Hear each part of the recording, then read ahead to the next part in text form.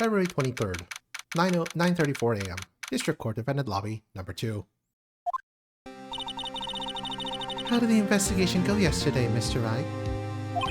Frankly, there are still a lot of gray areas. Or rather, the whole thing is one big gray area. Don't worry about me, no matter the outcome. I'm ready to accept my fate. I believe in you, sis. Mr. Wright, let me offer you a word of advice. Yes? A defense attorney should never believe their client. The defendant is called to trial because they are suspected of wrongdoing. Never forget that. Miss Guy, you remind me a lot of Mia. But there's one decisive difference between you and her. And that is, you're not a defense attorney. I believe it's almost time for the trial. Good luck, Mr. Wright. My first trial without a Fae helping me. No one's gonna bail me out this time. I'll be alone in there. So I have to discover the truth all by myself. Let's do it, Mr. Wright. I'll be with you the whole way.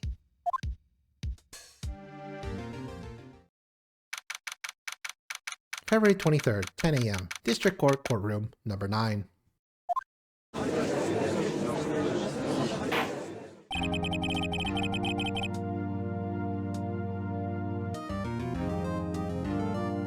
Court is now in session for the trial of Miss Lana Sky. The defense is ready, Your Honor. The prosecution has been ready for a while, Your Honor. Edgeworth. It's been 2 months, but I haven't been in the courtroom since his trial.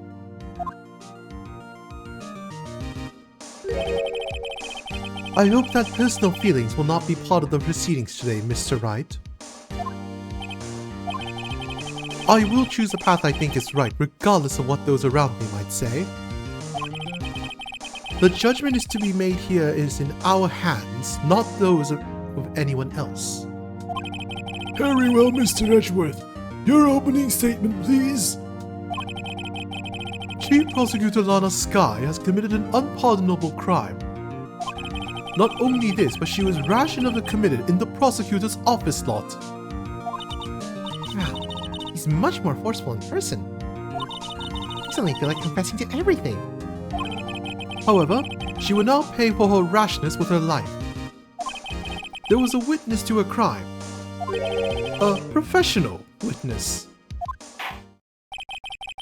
Well then, call your first witness, Mr. Edgeworth. The prosecution calls the first witness, Miss Angel Starr, to the stand. Cough up, Queen.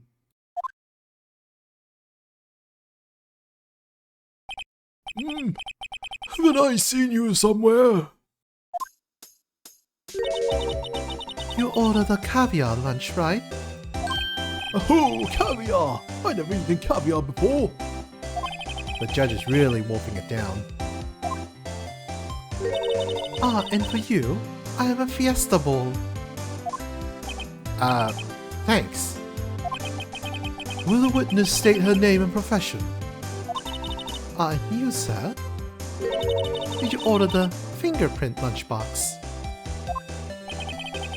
It is too early for lunch. Your name and profession, please. Well, Your Honor, how does it taste? So this is why everyone raves about caviar. It's so tasty it hurts. I always thought caviar would taste like pickled tapioca. What the heck does pickled tapioca taste like? Name, profession, now. Me? The name is Angel Starr. Don't go forgetting it. The judge must be recused from the trial now. For a lunchbox?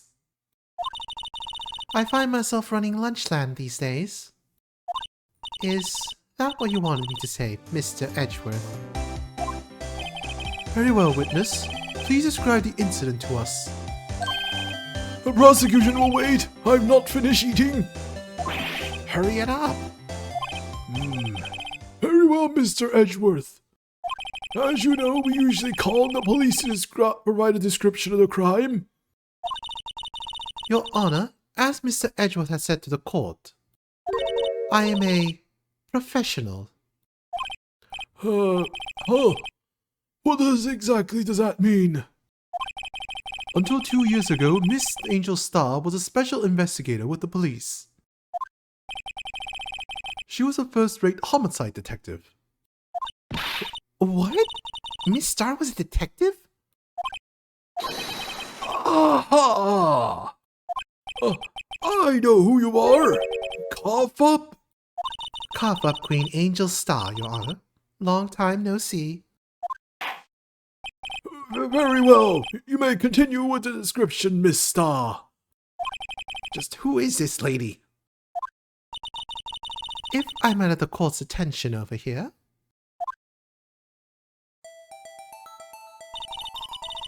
The parking lot at the prosecutor's office is divided into 2 blocks.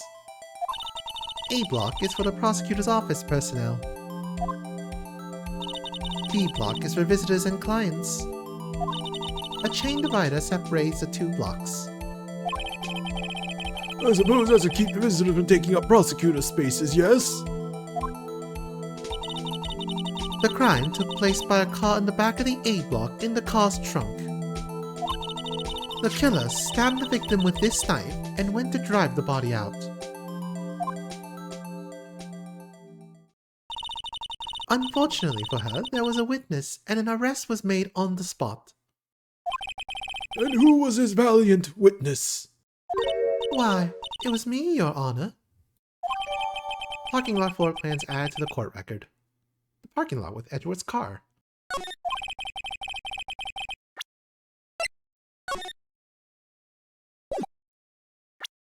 Witness, did you see the very moment of the crime? Of course, Your Honor. Immediately after that, I apprehended the chief prosecutor. It seems rather cut and dry, doesn't it? Well, Mr. Wright? I can't agree on principle, Your Honor. It seems that some poor losers are unwilling to accept the truth, Your Honor. Shall I proceed to crush what little hope they have remaining? If you can, then give him your words, Miss Starr. Wait, are they talking about me? Witness's account. Somehow, I always knew a day like this would come. I was on my way to deliver a lunchbox to my boyfriend. When I sensed something, perhaps it was my finely honed detective's intuition at work. Through the wire fence, I saw the chief prosecutor standing next to a garish car. The chief prosecutor was holding a knife in her right hand. And then she thrust the pointy tip of the knife into Detective Goodman's chest. Bring a lunchbox to your boyfriend. How touching. As you can see, there is no room for doubt. The key point of your testimony seems to be nothing other than the point to the knife which you saw being stabbed into Detective Goodman. So, how does it feel to be so utterly crushed? I'm still thinking about that. It's merely a flesh wound, Mr. Wright. Very well, Mr. Wright. You may cross-examine the witness.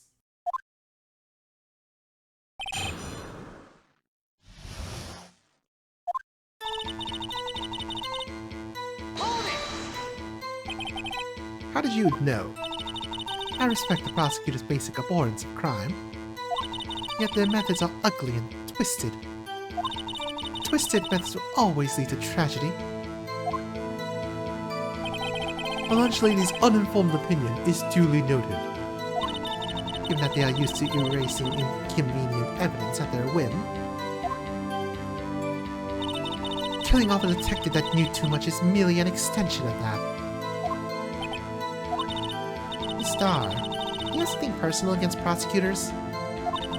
I felt that I had found my dream job when I became an investigator. And if I hadn't been laid off by those prosecutors over there, I'd still be one. Laid off? She was fired. To me, prosecutors are nothing more than worms.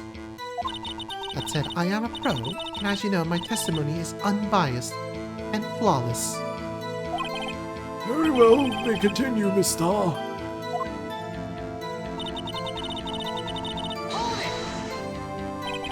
This boyfriend, he's the detective? Not that boyfriend, the security guard. That boyfriend? You have several?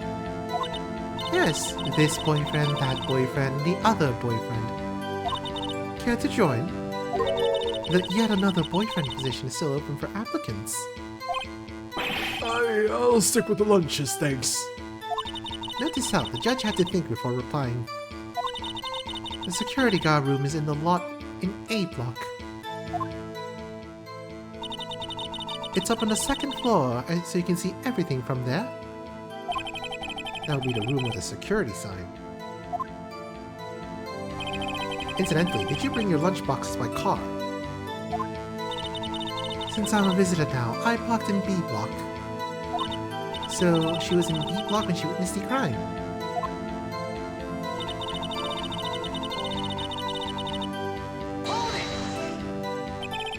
You said something, so you're saying you had a premonition of the murder? It felt like... how would you say? Oh yes. It was like the feeling you could get when you view a pumpkin chock full of seeds. I have no idea what that means. Speaking of the detective's intuition, wasn't the victim Mr. Bruce Goodman also a detective? Yes, well, it was like a young cheese. Young cheese? A pale white cheese, not yet tangy with the experience on the streets. A greenhorn. That must be hard, yellowed, and sharp as a tack. Yeah, with the odor of an old cheese to match. In any case, there in the lot, I felt something stirring in the back of my mind.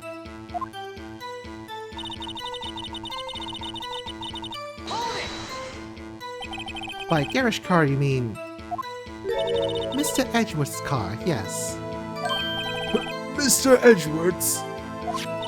Incidentally, the knife with which the victim was stabbed was also Mr. Edgeworth's. Wasn't it? Indeed it was. What an odd case this is! And the person you saw, you are sure it was the defendant? I saw her from no further than 30 feet away. I'm certain it was her. If she's telling the truth, we're doomed. Let's just do what we can. Even if we don't have any proof, we can always nitpick. Witness, in your testimony you clearly stated the following. Prosecutors are nothing more than worms. Ergo, you are a biased witness. You might want to keep those silly opinions to yourself in the future, rookie. Huh? Rookie? Unless you're willing to risk the consequences of doubting me? I'll fry you like a fritter, crispy on the outside, chewy on the inside. Now I want something. I want some fried fish. Huh? That was inspiring! I believe I heard that tagline elsewhere. You could cry plagiarism? I may be relegated to the lowly post of lunch lady, but my instincts are honed. A photograph! You took this! The moment I witnessed a crime, my reflexes took over and snap! I took a picture. In fact, one of my lunch boxes, it's rigged with a camera. I suppose that's more exciting than just hanging it around your neck. Witness, why am I only seeing this photograph just now? You think I showed to you, a prosecutor? Think again. My boyfriend works in the photography division at Criminal Affairs. Well, this is most certainly the defendant. Crime photo. The moment of the crime is photographed by Angel Star. Uh-oh. That is unmistakably Lana Sky. So, what was the defendant doing at the time?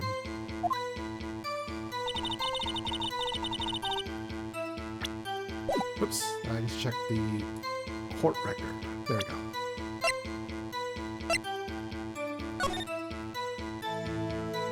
Looks like she got a white coat, gloves, and that's about it.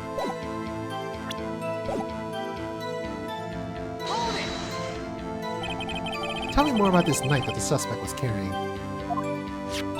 Well, I'd say the blade was about 4 inches long. Is that right, Mr. Edgeworth? It is your knife, after all. Yes, that's about right. Prosecutors are, by nature, well versed in the location of a man's vital organs. I'm sure it was easier than boiling an egg for my egg salad surprise set. You can't testify as to your ability to kill an egg, a person. Perhaps a chicken salad set would have been a better metaphor.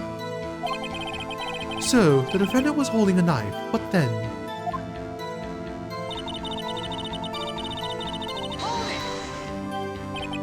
Tell the court why you didn't try to stop this crime. You did see her raise a knife to strike, no? The defense has a point. Unfortunately, by the time I realized what was going on, it was already too late. Too late? Yes. The next moment, the chief prosecutor brought down the murder weapon. I see. It's only a fresh one, Mr. Wright. We can make it. You said that before. Anything else? Scientifically speaking, Miss Our testimony is flawless. Sounds pretty fatal to me. What do we do? Is this it? Is my sister guilty? Let's just keep our heads cool and press the witness a bit, shall we? For some reason, having her panicking next to me makes me calmer. Don't smile like that.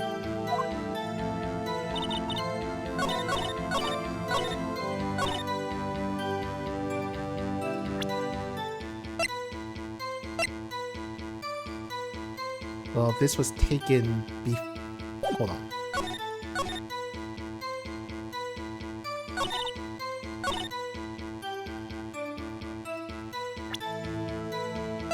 Maybe if this was taken before the stabbing, there shouldn't be blood on the coat? And you witnessed this! Well, that and the side is covered by the trunk.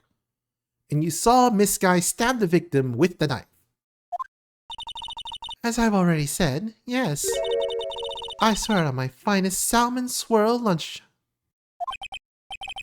I'm sure that is a fine lunch. But isn't that odd? Look at this photograph. This is a photograph you took at the very moment of the crime, is it not? Then why is Miss Sky not holding a knife? Mr. Edgeworth, your thoughts? Objection. That had to be the weakest objection ever, Edgeworth. Yet, it was still stronger than your ever-feeble mind, Mr. Wright. What do you mean, Mr. Edgeworth? This photograph was not taken the moment before the stabbing. This was taken the moment after the stabbing. Oh. Objection! And how can you tell that? Blood splatter. Huh? See the dark crimson stains on the chief prosecutor's coat. But it's a black and white photograph. Ah, yes, it's hard to tell, but this could be blood. Well, Mr. Wright, I see no problem here. No problem, except you. Mr. Wright, are you going to just sit there and take that kind of abuse? You got a better idea. When in doubt, object. Wait, that contradicts what the witness said in her testimony. Namely, that she took the picture the moment she witnessed the crime. Well, it seems I was slightly unclear. My apologies. That's it? If you run out of lunch, you order seconds. Problem solved. If you don't like it, try ordering the jumbo-sized lunch from the get-go. Good advice. I'm not sure I understood it, but good advice. I didn't have time to stop her. Prosecutor Sky was cold, calculating like a robot. She killed without pain or remorse. It was a premeditated murder. Objection! Premeditated? How do you know? Look at the chief prosecutor's hands in that photograph. Are those gloves? Surgical gloves made of thin rubber, most likely. Why would she have those on? If it was not premeditated, she would not be wearing those gloves. Yes, she would also have a murder weapon. These gloves do seem to tell a tale of premeditation. Premeditated murder. A serious offense. Witness, hand this to your testimony. The murder was planned. The rubber gloves prove it. Yeah, well... Objection! Witness, do you know what this is? Are you trying to test me? I sell box lunches for a living, you know. That's a knife. The knife. The knife that was in Mr. Edgeworth's trunk. Indeed, it is my knife. What's with this case? The bloody murder weapon, a red car all belonging to the prosecutor there? The defendant is the chief prosecutor for the district, right? Mommy, are prosecutors bad people? The defense has a request. We ask that the witness provide an accurate testimony. What's that, rookie? In your testimony, you stated that Lana Sky planned this murder. And that's why she was wearing those special gloves. Seems like a natural conclusion to me. The gloves do indicate planning. However, why would she not also prepare the most important thing? The murder weapon. Oh! This knife just happened to be in the trunk of that car. Ladies and gentlemen, if you're going to plan a murder, you don't forget the weapon!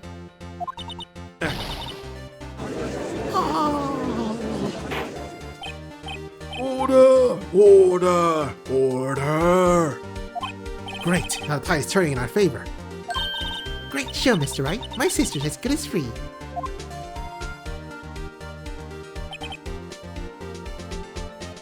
Right.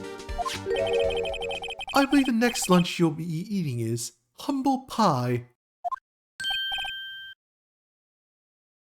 What? I hope you weren't deluding yourself into thinking that the tide has turned. Not over such a trifling detail. But this shoots a hole in the whole premeditated theory. Bah.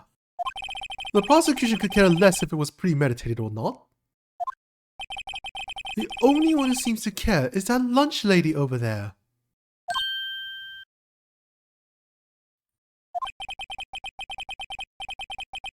The defendant, Lana Sky, murdered a detective with a knife. That is the only thing the prosecution need prove. Nothing else. Very good, Mr. Prosecutor. I suppose you think you're clever now. But you know as well as I do that she planned on killing him. It was planned. If it wasn't, why would she have been wearing... I believe I'd like to hear your testimony again. Witness, please tell us only what you saw, not what you thought. How dare you! My powers of deduction are not to be underestimated. Really now. Angel's deduction. Lana Sky intended to murder Detective Goodman. That's why she called the victim all the way to the prosecutor's office. I'm sure the chief prosecutor has a grudge against the victim. Nothing else could drive a human machine to plunge the knife in again and again.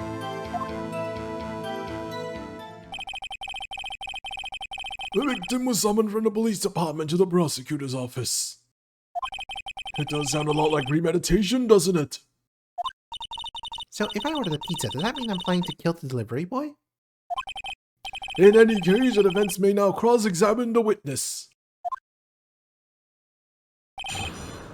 Thankfully, this time we actually see a contradiction from the get-go.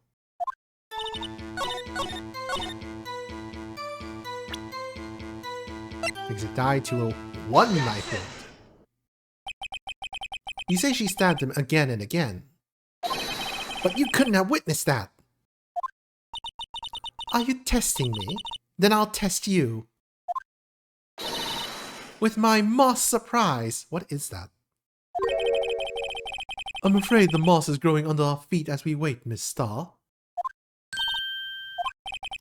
What do you mean? I shouldn't have to explain this, but take a look. The autopsy report states that the death was due to a loss of blood from one stab wound. Aha! You're right! Good show, Mr. Edgewood!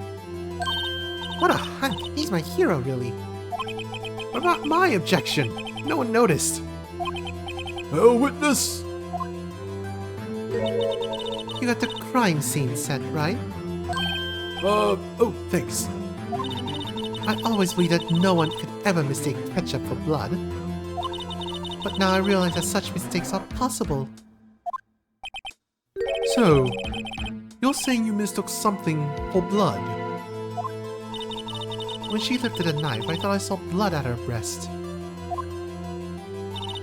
Splattered blood from her victim. That's why I thought she must have stabbed him at least twice. And tell us what you saw that you thought was blood. Testify!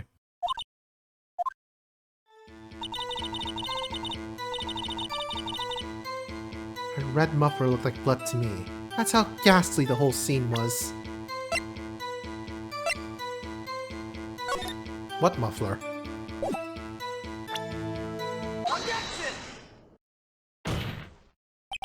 Miss Starr, I demand an explanation! The witness is clearly not suited for detective work. What?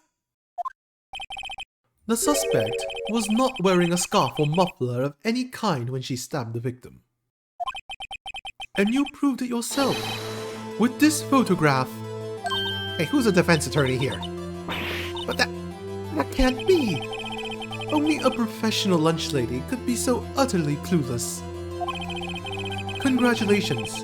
Perhaps you finally found your true calling in life. Harsh words, but good.